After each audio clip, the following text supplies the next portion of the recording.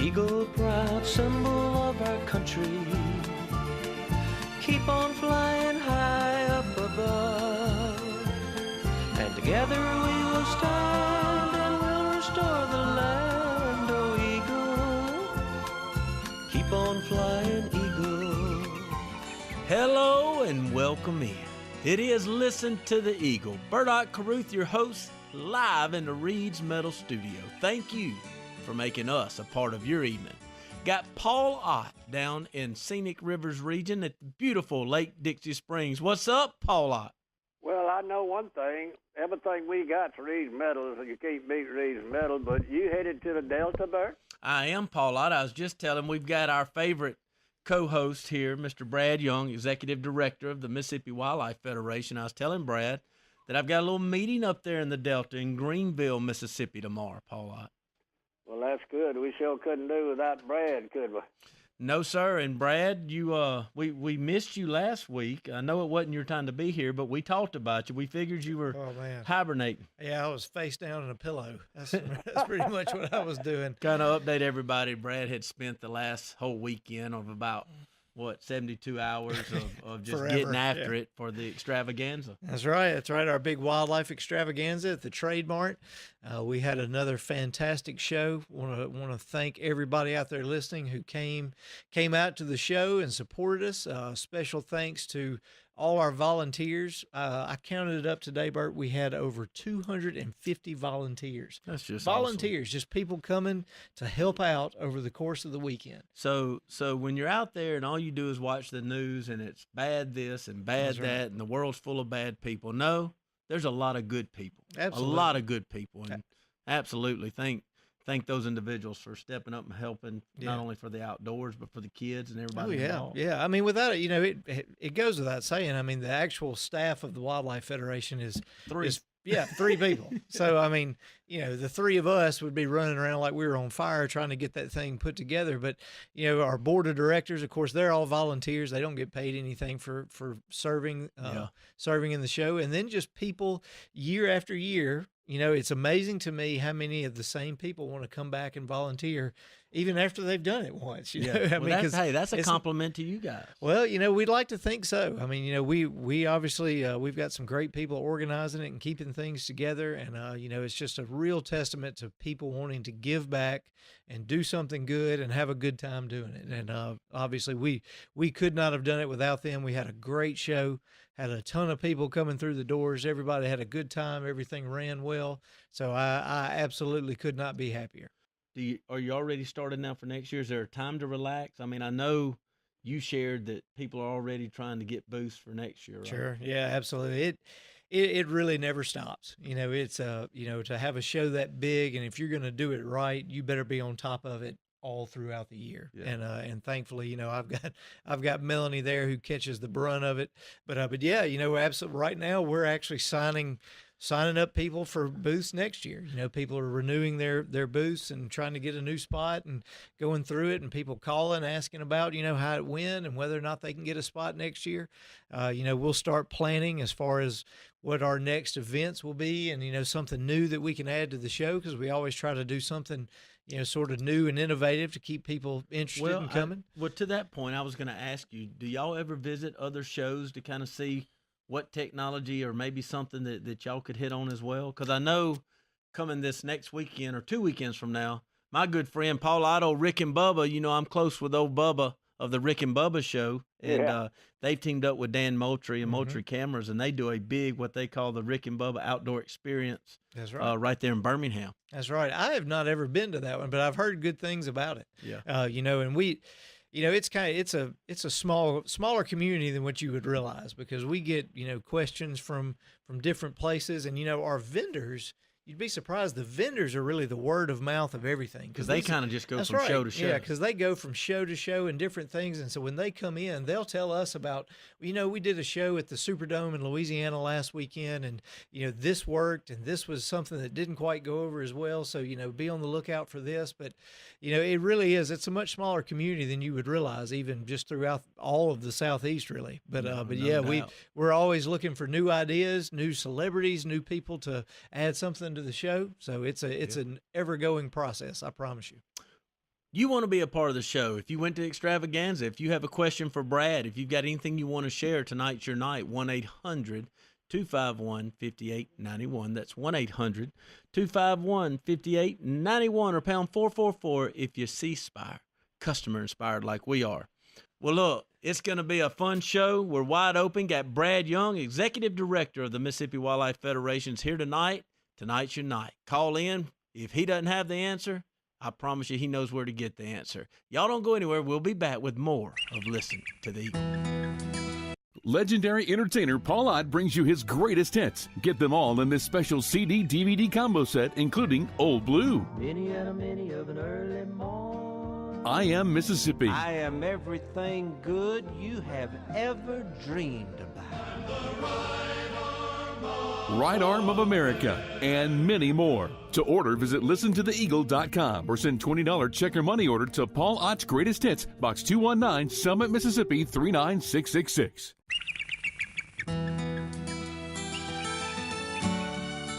Don't you touch that dial. You've got Listen to the Eagle, your live call-in radio show on hunting, fishing, God, family, and country. Bert Ott, Carruth here live in the Reed's Metal Studio alongside the legend. Paul Ott started this show over 20 years ago for the great state of Mississippi's hunters and fishermen. Paul Ott's down in the Scenic Rivers Region on beautiful Lake Dixie Springs. Got Brad Young, Executive Director, Mississippi Wildlife Federation. Brad's in here every second Monday night. We want to thank you not only for what you do for the wildlife in the state of Mississippi, but thanks for always being a part of Listen to the Eagle. Proud to do it. We were just talking about, I certainly appreciate y'all giving me the opportunity to talk about the Wildlife Federation and some of the events that we do. Paul Ott, of course, has been a long time supporter and a member of our Hall of Fame at the Wildlife Federation. Before we get to some other things I want to talk to you, Brad, about, let's go straight to the phone lines and let's talk to Brantley from Waynesboro. Brantley, welcome into Listen to the Eagle. Yes, sir. How y'all doing? Man, we are wonderful. My question is that we've tried trapping the wild hogs around our area, and got a good buddy that's caught 64 over the past 3 years, and we're still having problems with them. That didn't even make a dent, Brantley. Yes, sir, I understand, but I'd like to ask a question. Could we, instead of the money for the research to try to get rid of them, could we put a bounty on them? I mean, if you could put a bounty of maybe $30 a head, when people get out in 99-degree weather and go hunt them. Well, so it's like beavers. Mm-hmm. Brantley, I'm going to let Brad talk a little bit about this, but Brad, you and I actually dedicated a whole show about this, and you shared a lot of different things, but I'll kind of let you take that and run with it a little bit. Yeah. That idea, Brantley, has been talked about. Actually, I've heard it discussed several times just over the last couple of months. The idea of a bounty of some sort. Once upon a time, many years ago, there was a beaver control program wherein you could, the Department of Transportation was paying bounties for beaver tails that you could bring in. We kind of had to do away with that. It did not have the desired effect that people thought, and people have talked about that with hogs as well. Now, you're talking about $30 a hog, then I'll quit my job. I was tomorrow. about to ask Brantley. Brantley, what's the magic number? What would make somebody really want to take it and run with it? Well, I believe that I'd pay for some gas, pay for some expenses they had, and it's like beaver hunting. If you could do it from February, March, and April when they're doing most of their breeding. That's when we trap a lot of beavers, but we can't get rid of them. But it'd be an opportunity for somebody to maybe make a little money and sure.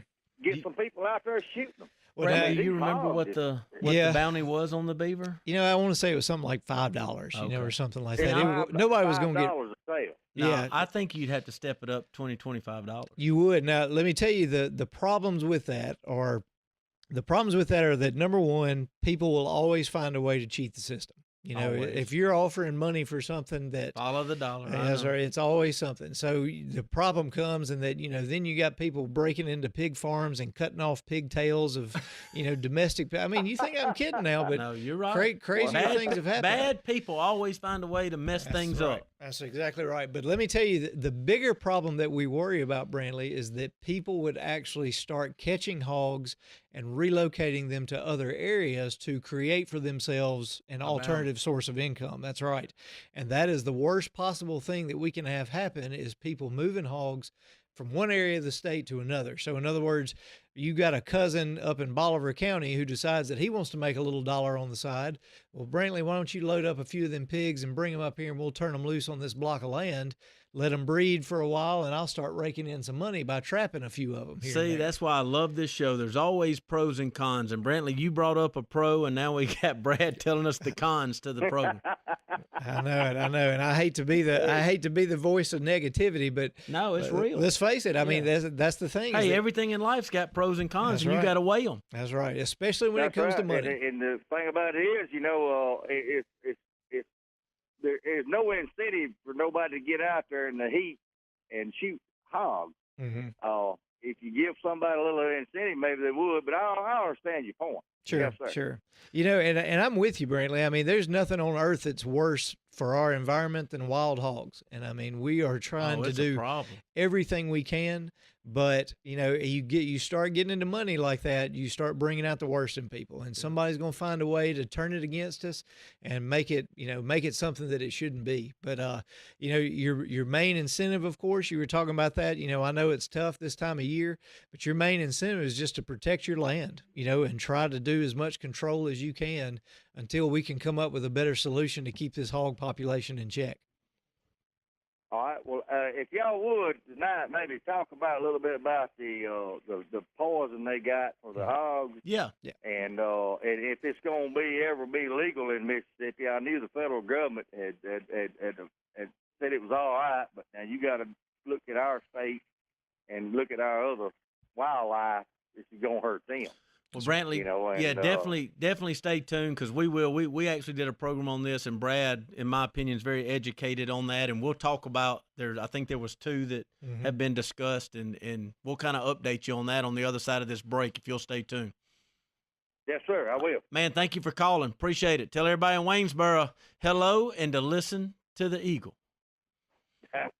Thank you. Thank you, sir. You and I, we did that show and we actually followed it up. I had the guys from Texas that actually, Jim reached out, our producer, and got them on the line, and we had videos of what they do out in Texas out of the helicopters. And we talked about that maybe taking place in Mississippi, and then you talked about the poison, the future of that, and I'd like maybe to address that a little bit when we come back from this break. Yeah, absolutely. Yeah. So y'all don't go anywhere. You want to be a part of the show, you got any ideas on how we can take care of the hogs in the state of Mississippi, you call us. 1-800-251-5891. That's 1-800-251-5891 or pound 44 if you C-Spire, customer inspired like we are. You can always email the show. Email your comments to at Paul Ott at Listen to the Eagle. That's Paul Ott at Listen to the Eagle. We'll be right back. Paul Ott's The Day of the Lord CD-DVD combo set is our free gift to you and your family. The Day of the Lord includes songs like I Am That I Am, Don't Cry for Me, and They Could Not Stop His Love, as well as special sermons by Tom Lester, Dr. Larry LeBlanc, and others. Paul's special holy visits and the printed Don't Cry for Me poster are also included. Get yours by calling 1-800-684-9486 or by letter to New Day of the Lord Ministries Foundation, Box 219, Summit, Mississippi 39666.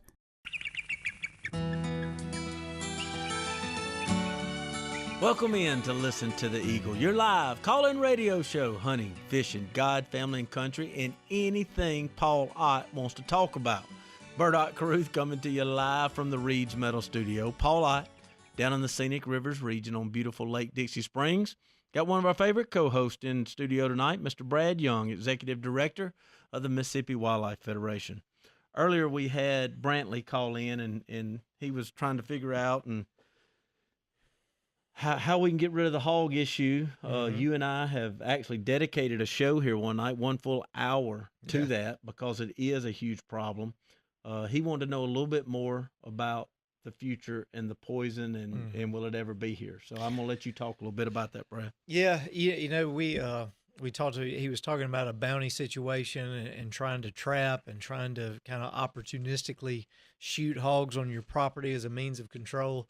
And, I would never discourage anyone from doing that because, one less hog in the world is a good thing as far as I'm concerned, as a biologist and as a landowner. But if we're really being realistic about how to control this population explosion that we're seeing in Mississippi, and that's what it is. I mean, these things are out competing us as far as being able to breed and take over. They're winning. Yeah, they truly are. Trapping for now is always going to be your best option because you can remove large family groups all at one time. If you start pouring bait out and trying to opportunistically shoot one out of a tree, you're going to kill one and you're going to educate the other 15 that are with it. That's just the way it is. They become nocturnal. They learn to avoid certain areas. They're a lot smarter than, people realize they are smart, and they're even smarter than what you give them credit for. Yep. So what we're left with now is probably going to be the future of hog control, in my opinion, as a biologist, is going to be some form of chemical control, particularly some kind of poison, some kind of sterilization, something along those lines. Currently, there are 2 different types of poisons that are being developed. One is called warfarin, which is the same ingredient that's used in rat poison. Warfarin is actually a drug that people can take. I think it's for maybe high blood pressure or heart disease, something like that. But anyway, obviously these are in different dosages. So what this is, it's an anticoagulant. And so when a hog ingests large amounts of this stuff, what it basically does is that it internally hemorrhages to death. And so, it's not a pretty sight. You're talking about blood coming out of its ears. I can see it now. PETA. Man, yeah, it's just a kind of a bad deal. The other drug is called sodium nitrite. I think it's nitrite or nitrile. Anyway, what it is basically the hog eats it and goes to sleep and never wakes up. Yeah. It's a very humane, very, very simple way to do things. The problem is that sodium nitrite, when you put it outdoors, it begins to decay, and it emits an odor that hogs find displeasing, which is amazing. I know, it's the most bizarre thing in the world. The one thing that we can stop them with is the one thing in the world they won't eat, because they'll literally eat anything. But anyway, as it decays, it releases an odor, as I've been told, and they find it displeasing, so they won't ingest it. They pass it up and go on somewhere else. But that is a very humane way. So the development now is trying to find a way to keep that odor under control, to use that kind of drug as a means of control for hogs. So that's what's going on now. But do you see that on the forefront? Is that going to happen? Yeah, I think so. And be legal. Yeah. In my opinion, that is going to be the future of how this is done, is that it's going to be, that is our best source of hog control, is what's called passive control. So in other words, you put a bait out there that has this effect on a group of hogs, an entire group of hogs at one time. Sure. And that is how we keep that population under control. Robert Daly, any comments? Well, when I was listening to Brantley talking, he said something about the months of January, February, and March being heavy breeding month. A mature sow can have 3 litters a year, and when the pigs are 13 weeks old, they are sexually mature and they can breed. That's how hogs can overpopulate so quickly. They multiply like cockroaches. Mm-hmm. And that's how they get to be such a problem. And so when somebody talks about, at my deer camp, we killed 6 hogs this year. Well, they did nothing. They didn't even put a dent in it. Right. So like Brad's talking, trapping, you can have a big trap. And I guess, Brad, if the trap's big enough, you can have up to 15 hogs at one time in there. Oh, yeah. Yeah. I mean, I've seen huge corral traps that would literally catch 20 something, at one time. That's a good haul for sure. But, that's the thing, is that you're trying to remove those sounders, those huge family groups that come through just like a bulldozer and uproot everything. So if you can remove that group all at one time, now you're making progress versus just picking one out and then the other ones realize, not going back there again. That's that.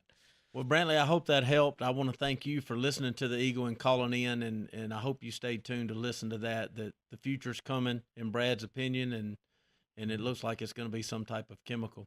Y'all don't go anywhere. We got Going Down Memory Lane in Scenic Rivers Region. We'll be right back.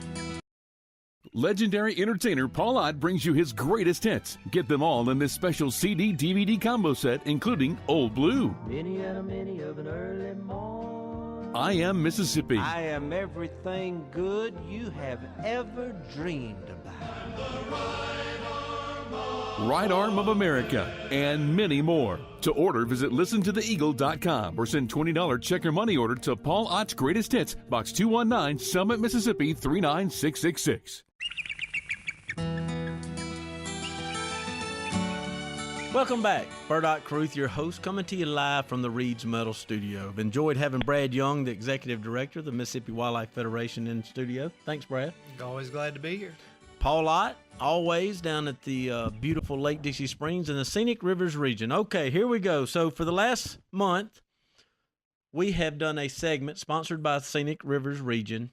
It's where Karl Ott from the Car Lot down there at Noel Daniels Motors in Macomb, Mississippi, and myself grew up together. So we've got tons and tons of stories. So every Monday night we do the segment Going Down Memory Lane in the beautiful Scenic Rivers region with Bert and Karl Ott. We've been bouncing it off. We've had some great stories so far, Karl, and tonight it's your turn. All right. Well, I have to think back when with all the memories, and there's a lot of them. However, growing up, we got to college. After we go to college, Bert, if you recall, we started a tradition down here, and we like to all play golf and do other things. But we would always come down, and a few guys turned into more guys, and more guys turned into more guys, and there was just people and from different states. Okay, that's right. They loved coming to Scenic Rivers region. But we'd always do one thing, Bert, and it got to be a big group. And we'd play golf in the morning, a certain time of the year, about twice a year for golf tournament. And then we would have a bunch of us go out there and enjoy the scene and the fun. And it was all, here. Guys from Maryland, Texas, Georgia.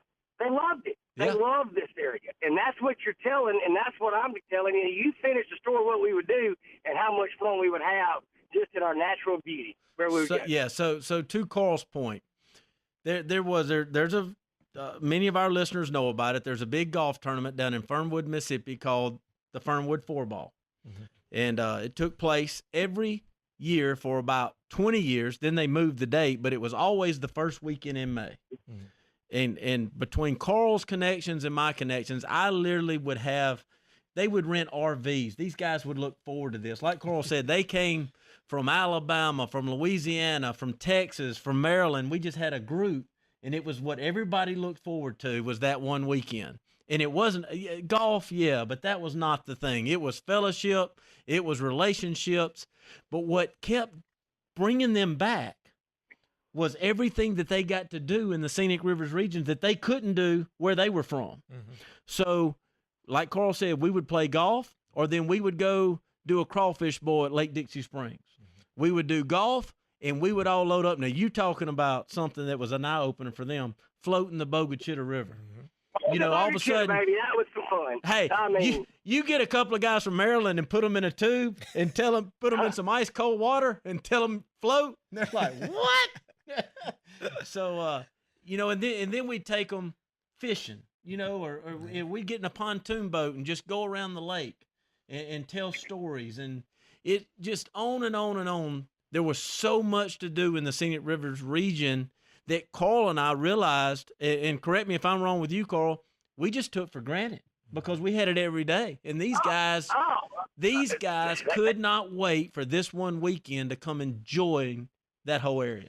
I'm telling you, they still, there's guys that still come back and 20 plus years, Bert, I think it is. Oh yeah. That's what they do, and they look forward to it. Well, and I think about some of the establishments, and it's right across the state line, but I consider it still Mississippi just because it's such a staple. Skinnies, they didn't know anything about barbecue ribs, or we'd go to the crawfish hut and they would have crawfish and go, man, what in the world? I mean, all this stuff was just so cool to them. You know, it's just crazy. It was absolutely one of the finest places to ever grow up in, and that's a fact of all those guys that still come down and they still want to go float the boat chip. Yeah. or they want to go, do something, and they love this area. So that's what it's about. And you're doing a good job promoting it, brother. And I love you, and I appreciate all you're doing for me. Yes, sir. Love you too. Always enjoy going down memory lane in the Scenic Rivers region. Here's the cool thing about if you're listening. You don't have to wait for a golf tournament to go down there. It's for you now. And there's so many events in that region. It's so beautiful. It's so awesome. Go to www.visitscenicrivers.com. You can find out about all the events, places to stay, what's going on. Brad, real quick, thank you so much. Anything you need to say to the state of Mississippi? Just once again, let me thank everybody for coming out to the Wildlife Extravaganza. We had a fantastic show. I appreciate everybody's support once again. It's the state's largest trade show, but it's also the Wildlife Federation's biggest fundraiser. So thanks to everybody who came. Thanks to all our volunteers and board of directors, and we look forward to seeing you there again next year. Thank you for all you do. My pleasure. Jim, thank you so much for producing. Paul Ott, I love you. I'll see you next week.